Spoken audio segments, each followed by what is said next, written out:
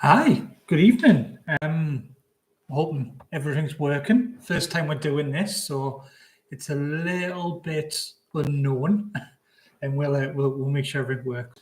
I guess we'll get straight into it. If anyone can hear me, great. I've got thumbs up, so that's a good one. So the idea of these streams is mainly with me trying to manage my time a little bit more efficiently, trying to create content and then edit it and publish it and do all that, and then deal with questions at the back of it. It's a lot more than I thought it would. And I know a lot of content creators say that, it's hard work, but I can absolutely see why. So in doing this, I thought we'd be able to cover some content. Potentially people ask questions, but if they can't make the stream, then they can rewatch it later on our channel. So we should be able to get the best of both worlds, hopefully. And it stops me having to live in this cave of not knowing what people are asking or what they need to know around a certain subject. So with that then, the idea of today is to go through hydrogen induced cold cracking. This forms a major part of the CSWIP course content for the the welding inspector, so the 3.1, and the senior welding inspector 3.2. Hydrogen induced cold cracking and the metallurgy around it and the controls, preheating, electrode control, all this type of thing. It comes in lots of different ways. So if you can understand this subject, it's like the core subject that will drive you forward to be able to deal with whatever life throws at you or whatever an exam says. And yeah, we can go from there. So if you end up wanting to ask any questions, please dive in. I'll try to kind of manage the chat and all that, or I'll get round to it as soon as I can. Okay. So what we've got here is hopefully if I can get this to, there you go.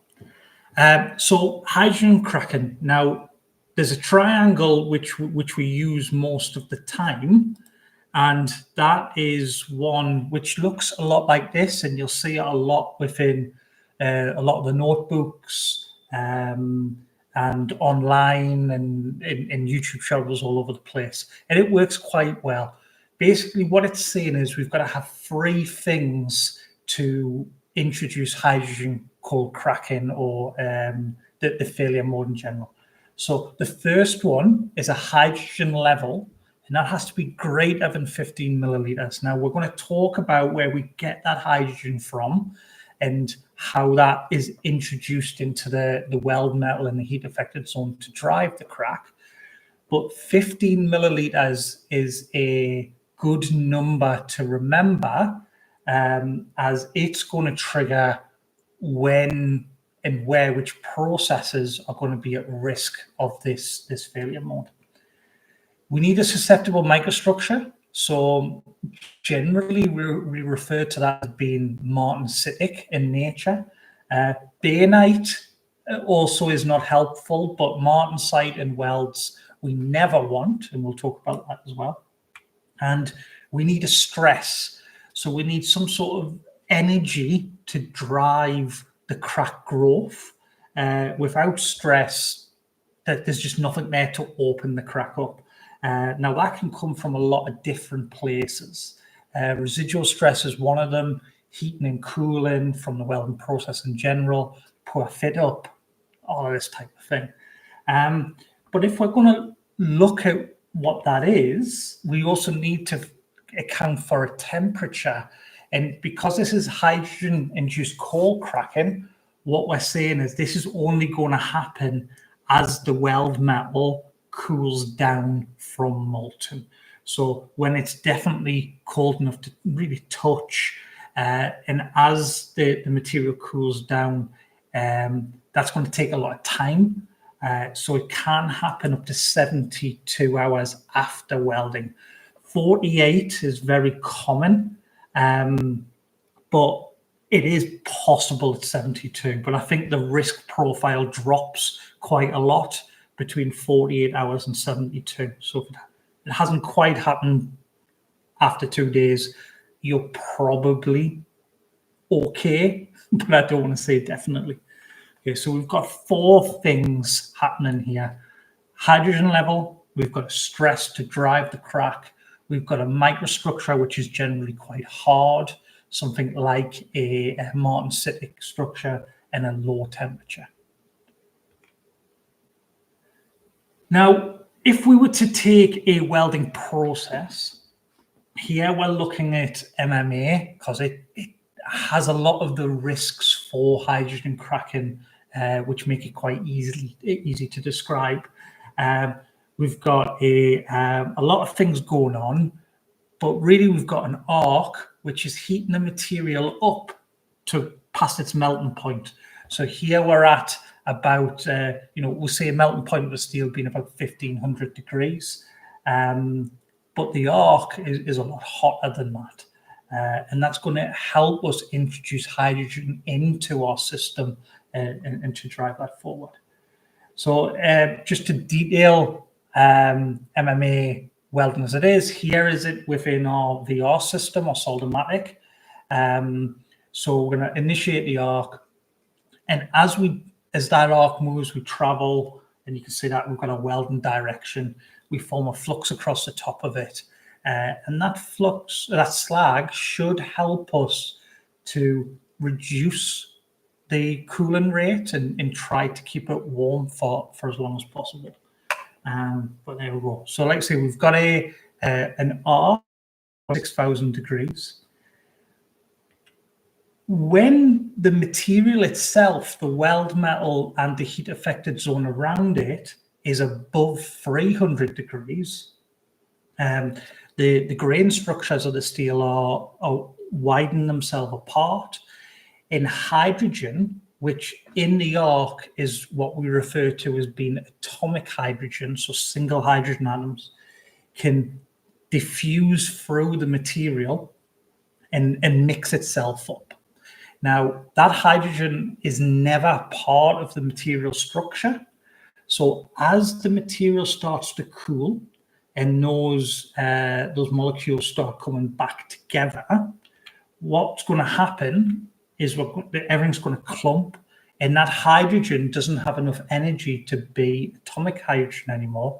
So it's going to come together back into pairs and be molecular hydrogen. Now, that clumps together as far as we understand it. And as it's not part of the structure, it's going to start pushing against the material. And we're going to start to build up stress and strain in that material. Now, one or two things can happen. It can meet a material that's fairly ductile, and that material will yield slightly and let hydrogen pass through it out into the atmosphere. Or it can meet a brittle, harder material, such as martensite, and that martensitic structure will not yield easily. So what it's going to do is the hydrogen is going to push against that structure, and it's going to build and build the pressure until the material gives, and that's what's going to form a crack. So as that starts to leave, you'll see we generate that crack in the material, normally from a stress concentrator that's already there in the material. And now a perfect weld is a giant defect, okay?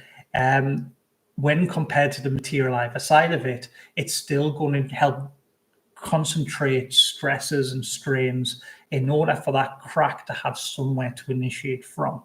So when we look at cross sections of hydrogen-induced cold cracks, we see this quite often. So in the toes of each of our weld here, you can see here, these are all from stress concentrations which are the toe of the weld. So that's just giving it the little oomph it needs to go, right, we can get that energy to concentrate enough to drive the crack force. Now, what we can also see is that the crack stays or often travels along the heat affected zone of the material. So if we've got the heat affected zone up the sides here, that's where we've got our potentially martensitic or harder, more brittle material. So try to follow that. But as you can see, in some cases, actually, once a crack grows, it kind of goes wherever it wants. So this crack is leaving it almost like a 90-degree to that toe. Now, the 4 pictures I've highlighted there are all in sort of normal carbon steels. But you can see the one on the top left, that's failed directly through the material itself. Now, that tends to be the low alloy steels. So this is where we've got a higher carbon equivalent value, which means the weld metal is generally harder than the material either side of it, so it's more likely to crack there. But 9 times out of 10, when you're looking at your S35, S325, your S275, your S355, you're going to see a crack from the toes of the weld into the heat affected zone. And that gives us its other name of toe cracking or heat affected zone cracking, because we need that higher hardness material to drive. So when I teach this as part of the CSWIP course, which I've now taught for nearly 20 years now, I'd say maybe 18, 19 years, we try to say, right, well, if here's the 3 main blocks, we know we need a hydrogen content, we know we've got to need a stress, and we know we need a martensitic structure or a susceptible microstructure. Where does that all come from? How are we driving that? Now, here is a fishbone diagram. These are used commonly for failure investigations, and they're there to help us think about all of the possible inputs into the failure. So what I've done here is we've just got a couple of the big hitters that we can talk about for HICC. So we've got weld consumables, welding procedures, anything to do with the welder, and in that I'm putting the technique, the controls the individual has over the process. It could be weld setup and all that type of thing. Any issues with the welding equipment, the material properties, which is going to be the type, the carbon equivalent value, any special controls we need to have in place for that material, and then tying into welding consumables directly is the control of those things. So we can go through that and see what sort of issues we're going to have. So if we look at welding consumables first, now we said that we need a hydrogen content that's greater than 15 milliliters per 100 grams. So if we just write on there, so 15 milliliters per 100 grams of weld metal, that's our sort of our trigger. If we look at the welding consumables for different welding processes, we can very quickly understand if that's going to be an issue or not. So if we were to take something like the MMA process and we looked at a basic electrode, that basic electrode generally has less than 10 milliliters per 100 grams of weld metal, of hydrogen in the electrode when it's controlled.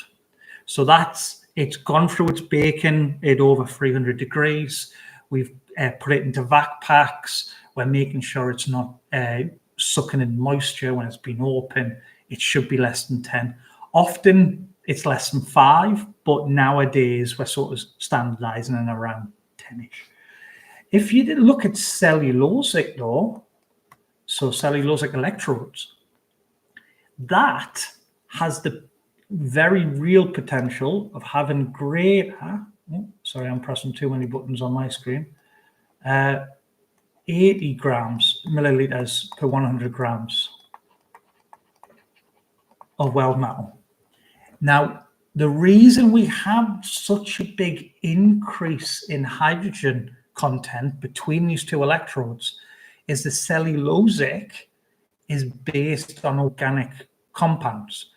When it burns, the shielding gas they produce are a hydrogen shielding gas.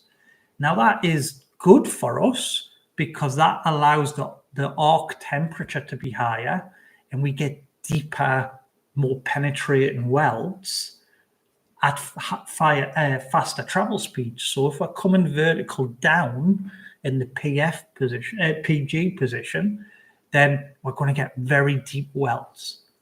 But we're going to have higher hydrogen content, which could cause cracking later on. So selection of these consumables is really important. If we're welding a material where we believe hydrogen cracking is going to be a risk, once we've looked at all these items, then cellulosic electrodes may not be the best solution for what we're doing. We might want to pick TIG welding. TIG welding, what we're looking at is somewhere beneath 3 milliliters per 100 grams. So that's what we refer to as an ultra low hydrogen content. We're using a pure argon gas. We're not using a hydrogen gas normally. We have electrodes which are cleaned and contamination free on material which is cleaned to its nth degree to get high quality welds. Therefore, the hydrogen content is really low. So that's an ultra low hydrogen. So we can see where picking welding processes might be our first step to reducing the risk of this failure method. We can't always do that though, of course. By going to TIG, we're going to gain a bit of quality. We're going to gain the reduction in risk of hydrogen cracking, but we're going to lose productivity and we're going to increase cost. So we've got to try and find that balance when we're selecting these processes for what best suits us in our risk profile.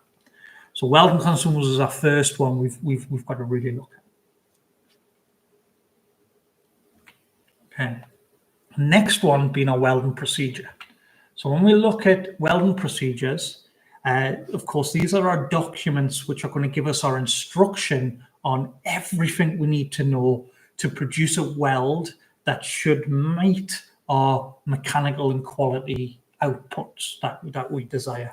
We spend a lot of money on these documents, at least a couple of £1,000 on doing the testing, capturing the data, writing the WPSs out the back of them.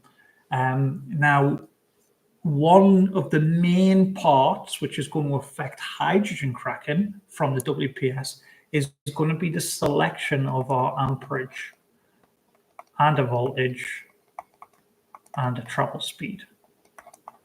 Okay. Now, this, when we pull them together in the correct way, is going to give us our heat input calculation.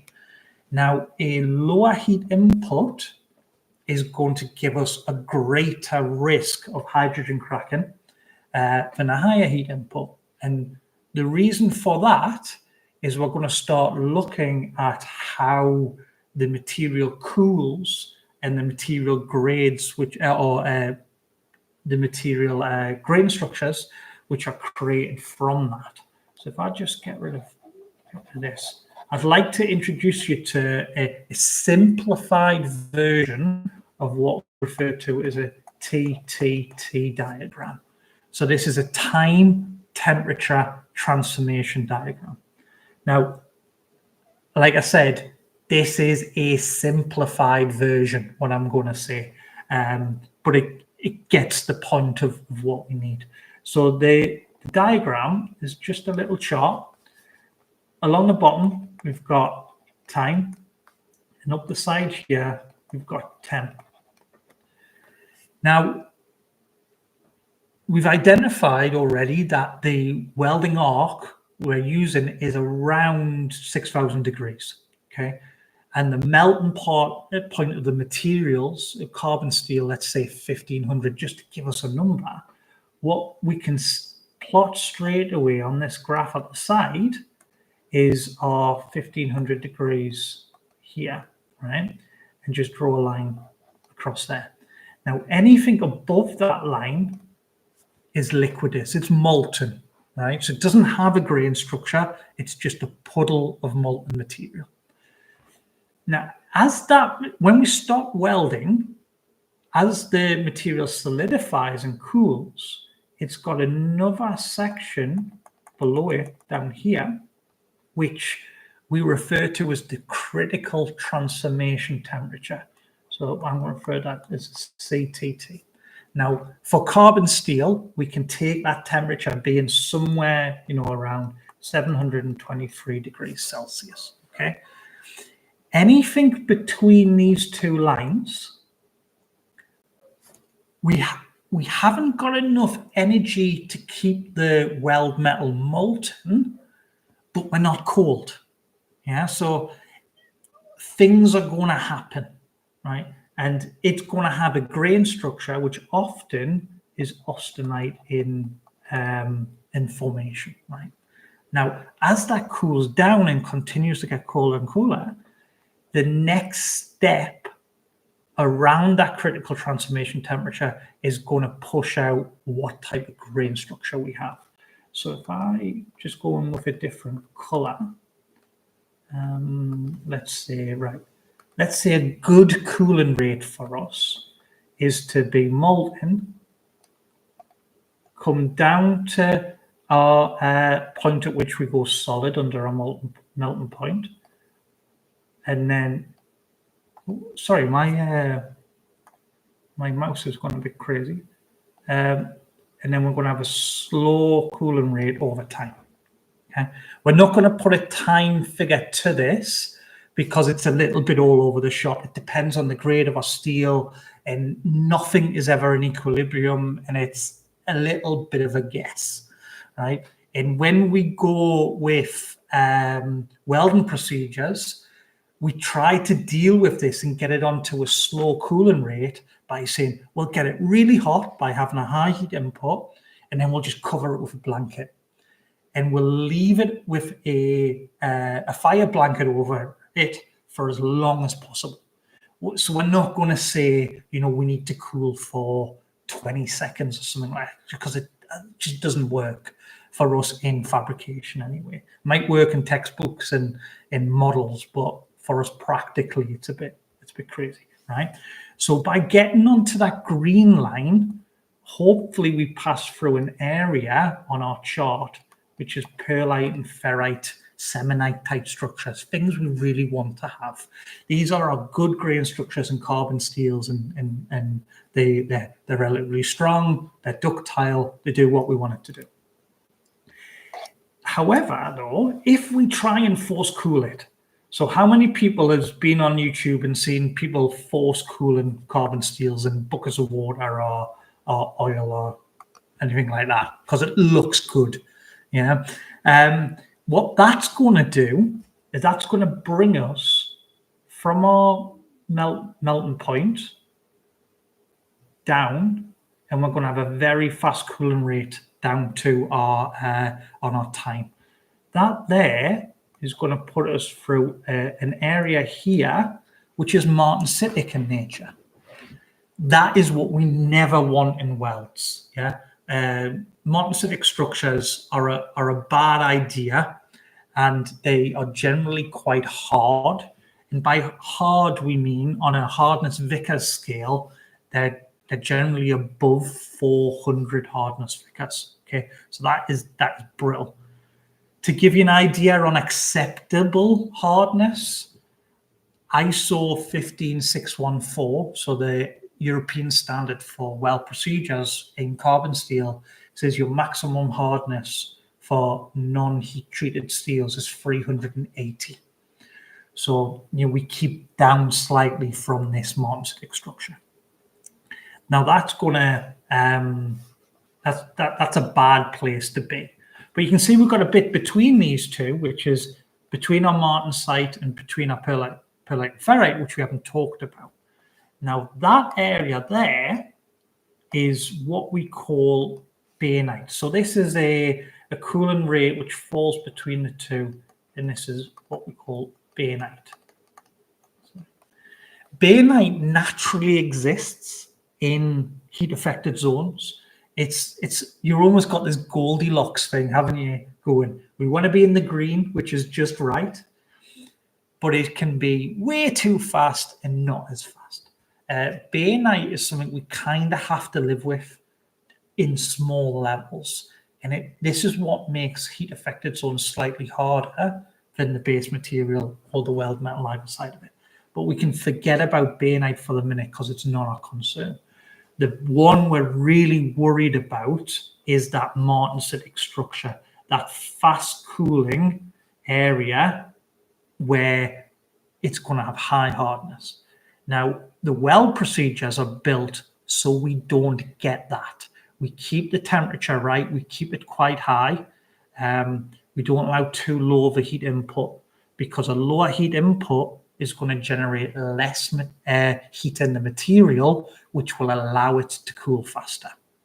Okay? If we put more heat input in, just naturally it will get hotter, therefore it will cool more slowly. Yeah, is everybody okay with that? I think if you can get TTT diagrams in this sense, it'll go a long way to explaining quite a lot of things, especially when people start getting freaked out about the metallurgy parts of the CSWIP courses. Really, that's what it's saying to you. Fast cooling, bad. Really, really slow cooling, equally as bad. We want to be in the perlite ferrite range when we're doing anything. But we will naturally catch a little bit of bainite as well. Okay? So weld procedures are really important. And the one thing as welders, we do not want to follow at any time, because we will not be told what to do. Yeah. But this is why we should. Okay.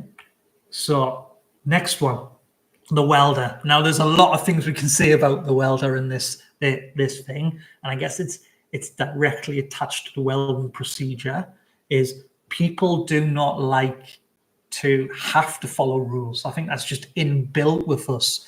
And this is the bit of psychology bit we end up having to deal with as inspectors, because you're not just trying to push through a technical control, we're trying to control how or guide how people are behaving in the system.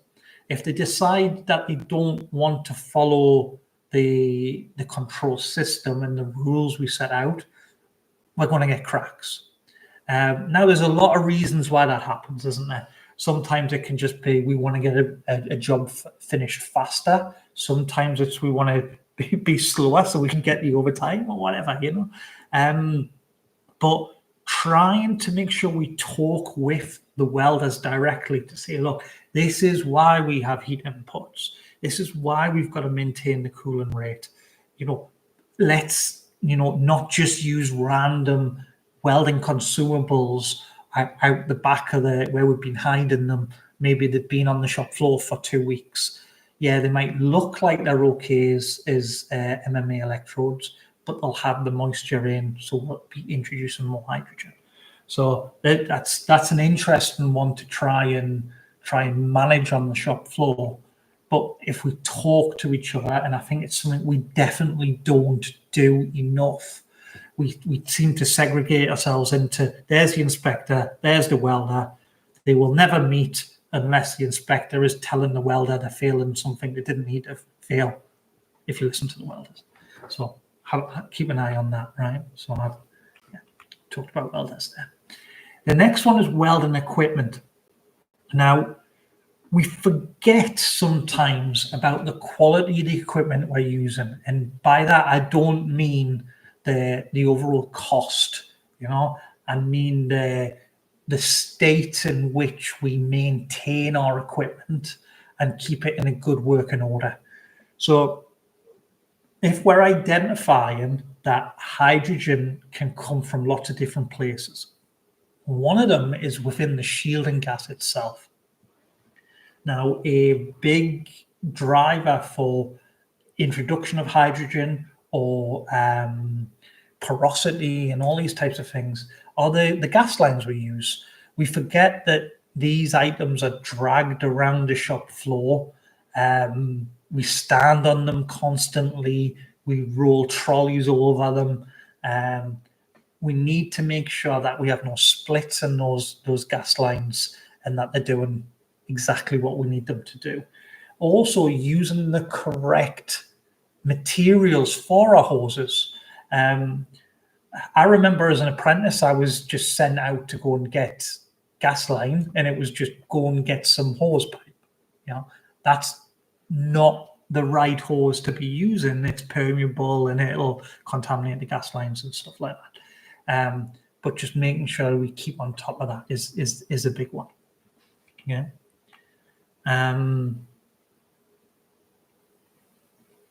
Yeah. Next one, material properties. We kind of talked about this to a degree already with the TTD diagram, but let's just look at it a little bit more in depth. So the first one I showed you, we had a line like that, basically, didn't we? Where we had time along the bottom, and we had temperature up the side. And we said we've got our 1500 degrees melting point, everything for liquid here. And then we've got our CTT, our critical transformation temperature, at about 723 degrees there. Okay. We then drew in those so our fast cooling rate will be martensite along here. So this is martensite. Sorry, I'm trying to write with this. I bought a writing board, but it's not the best. I was a bit cheap. So we've got our martensite there, and then we've got our perlite and ferrite here. Now, when we talk about material properties, something we kind of know just in general is the higher the strength of the material, the more likely it is to crack. So if we looked at an S235 material, we could say, you know what, it's bulletproof. I can pretty much do whatever I want to it. I can weld it hot, I can weld it cold. It is not going to crack. It just doesn't do that. But if we looked at a 690 grade of material, so something that's, 400 Newton a millimeter square higher on yield strength, that cracks as soon as you look at it. Why is that?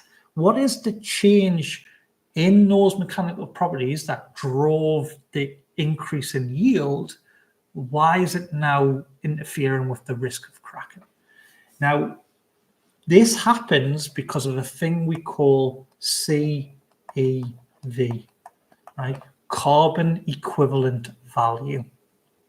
Now, if you're busy studying for your CSWIP, so you're doing lots of different things, the thing here is that you don't need to worry too much about this. Okay, there is full equations, but there's like 5 or 6 different equations, depending on whether you're using the European or the Japanese one or whatever. Don't worry about it. Just remember that as CEV goes up, so does the risk of cracking. So if you get any questions in any format saying you've gone up the yield strength of your material, what's likely to happen, or when would you need to put more preheat into a material? It's all to do with that CEV. So the higher the CEV, the higher the risk of cracking, right? And the reason, well, what that does, go back one. our CEV generally is our carbon plus our manganese over, does anybody know? I'm going to see if anybody knows what these are.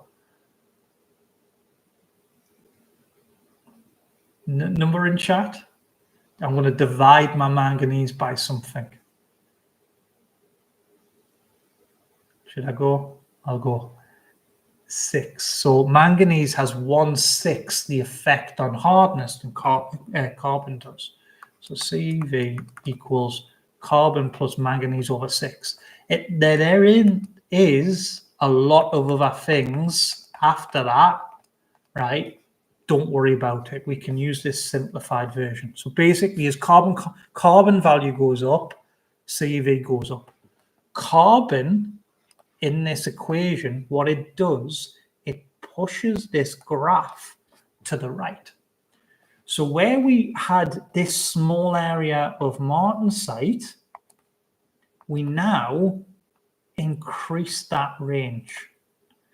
And instead of the perlite and ferrite range being where it is when we originally drew this, we're going to again push it all to the right, so we can remove this from here. And actually my perlite and ferrite is now over here. So you can see what's happened is the same cooling rate does not get me into the perlite and ferrite now because I've increased the CEV. If I increase the CEV further, it's going to again push the perlite and ferrite this way and push the martensite band out. So it's more likely we're going to hit martensite. So we have to get things hotter and cool for longer to keep the time going constantly to the right side. Okay. So that's a big driver, and it's something we often forget is we'll just make our material grade stronger, forgetting that the whole way we weld it and then we control the cooling is going to have to change. And often this leads to quite big failures, you know, and we still have failures because of CEV all of the time, where people forget that they're going to need to control that cooling, maybe with heating blankets or induction heaters and things like that, over hours and hours and hours to drive that correct chart down. Okay. So we've got that. And that's going to introduce quite a lot of questions in your homeworks and in your exams and things like that about preheat. Because if I've got a higher CEV material, if I can increase preheat, I can get it hotter so it cools more slowly. Yeah. And when we look at preheat, we look at a standard we refer to as BS 1011. And it's a guidance standard that tells us how we can calculate preheats. And one of the things it asks for is what is your carbon equivalent value within the bands. The higher the carbon equivalent, the higher the preheat the standard will tell you to use. Okay. But we can leave that for another time when we do preheat in a little bit more details. I think the way in which we calculate preheat officially pulls in a lot of technical aspects, which can be quite interesting. But for us right now, just say higher carbon equivalent value, more preheat. More preheat because the chances of hitting a martensitic structure increase because of what you can see on the graph there. Right. And then the last one is consumable control. So we look at consumable control quite a lot as inspectors, because on larger fabrication sites, it's quite easy for consumables to be booked out and stay on site for a lot longer than what they should. Now, there is a bit of debate about how long you can say keep a MMA electrode, basic electrode, out on site. Generally, we say 8 hours or a shift. After that, we should bin whatever's open if we're using vac packs, or put them back into the ovens and rebake them and dry them out. I'm very lucky that I get, my family, half of my family are in Singapore. It's 100% humidity all of the time, right? It's just, you open an MMA electrode, it's going to want to soak in water. But having tested it personally, you probably get a little bit more than a day. It's the way in which we build basic electrodes now and formulate them. They're actually fairly resilient within reason. Yeah, if you go and dump them in a puddle, it's going to soak water in. But, it should be all right. But we still say 8 hours. And what you'll see on the side of the packs for MMA electrodes, there's next to the identification and the EN numbers and the AWS, SAF numbers, all that, there's often a big space where storemen can write on the time and the date that those electrodes left stores. So you can go around as an inspector and go, okay, well, is that within my 8 hours? And of course, this is where the catch-all answer for anything on this is manufacturer's recommendations. When in doubt, that's your answer, because it can be anything, right? We never go against those recommendations, not without taking a lot of risk onto ourselves. Okay, but you can sort of see, if we just step back from a process and do something like this cause and effect Ishikawa review or fishbone review, is we can just say, right, what are all the different parts of my process? Where am I going to introduce hydrogen in? Where am I going to introduce stress? Where am I going to introduce a cold temperature? How am I going to make that cold temperature produce a martensitic structure? And if you can work through that in an exam, very quickly you can take any question that's asked of you, read the text, and do this in your head. What is sensible that's going to speed up the cooling rate, which is going to drive that martensitic structure? If you can do that, it does not matter what question they ask or how they ask it, because you just logic it out, just work through it slowly, and you will get there. And there is only so many questions they can ask. Yeah, carbon equivalent value is very common. Martensitic structure, very common. Fast cooling rates, very common. Yeah. So I've sort of rushed through that in 40 minutes, but that's really the ins and outs of hydrogen cracking. Slow the cooling rate, get into the perlite ferrite, keep the hydrogen content down, and keep the stress levels down through good fit up and welder control, and we should be able to hit it, and it should all be fine. Yeah? But again, this probably makes up 50 to 60% of the CSWIP questions in some way. So hopefully that helps. And we've got other videos on the channel that go through, say, MMA by itself. And we've got this one for hydrogen. We've got another one for hydrogen cracking there. And we'll keep adding to them to support you guys as much as you can. Okay? So that's that. That's hydrogen cracking in a very, very quick way. Is there any questions?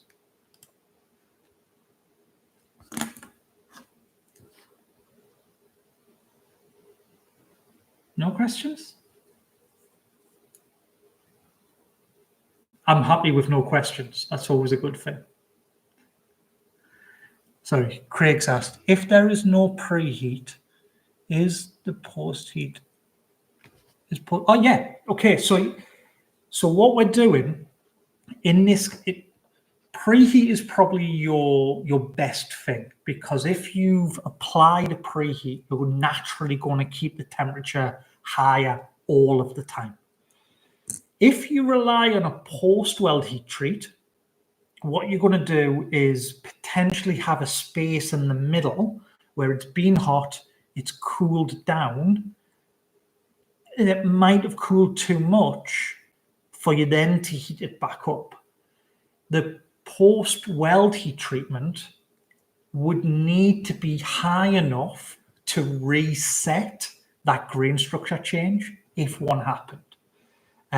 So you would have to go back over the critical transformation temperature. So you'd be heating up to 900 degrees to do a normalizing, annealing type post-weld heat treat. If you can catch it before it goes through that potential change, then yes, post-weld heat treat is going to keep the temperature up so we won't fall beneath 300 degrees. And if you remember one of them first slides, we had where the grain structures or the molecules of the material are wide apart, which lets everything fall in. And therefore, it'll allow the hydrogen to escape. So in short, it's a potential savior, but there's a gap in the cooling of the welding before you put on the post-weld heat treat that might cause an issue. Yeah. So I hope that answers your question, Craig. So far it sounds as, are you preparing for your okay? Which level for your materials and behavior? I found it the hardest set out of all of the ones I did. Materials and their behavior is the hardest. Anything from it is what I found sitting in the courses is make sure if say you're on the technologist, you reread all of the specialist, the level before material again. Make sure you got all that found and just back in your head, because the lecturers don't like to go back over it, which is a nightmare for me because I need repetition. So just make sure you do that, and then you should be all right. And if you're into engineer level, you're just expected to know everything, even though they don't go back over it on the course. So good luck with that. All right. Well, I'm guessing there's no more questions, so I'm gonna leave it there. I just want to say though, thank you for coming. It's always a bit worrying. You do your first live stream and you're like, I hope somebody turns up, but I'll go with you guys. That's it. The plan is to potentially do more of these, as well as having some which are just question and answers that we do. You can put in your questions to the community part of the page. We can pull some slides together. We can work on individual things that potentially you're worried about, answer them, get them answered for everybody. Because remember, if you're struggling with it, there's probably 100 other people out there who are in the same boat, and we can go from there. But hey, it's 10 to 8 here. So I'm gonna leave it there and wish you all a nice night. And if you are about to do exams, good luck. If not, remember, jump back on the channel. We've got lots of stuff there for you, and it'll always be free. We will not charge for any of this because we all need to make sure we've got access to free information. So good night, everybody. Good luck.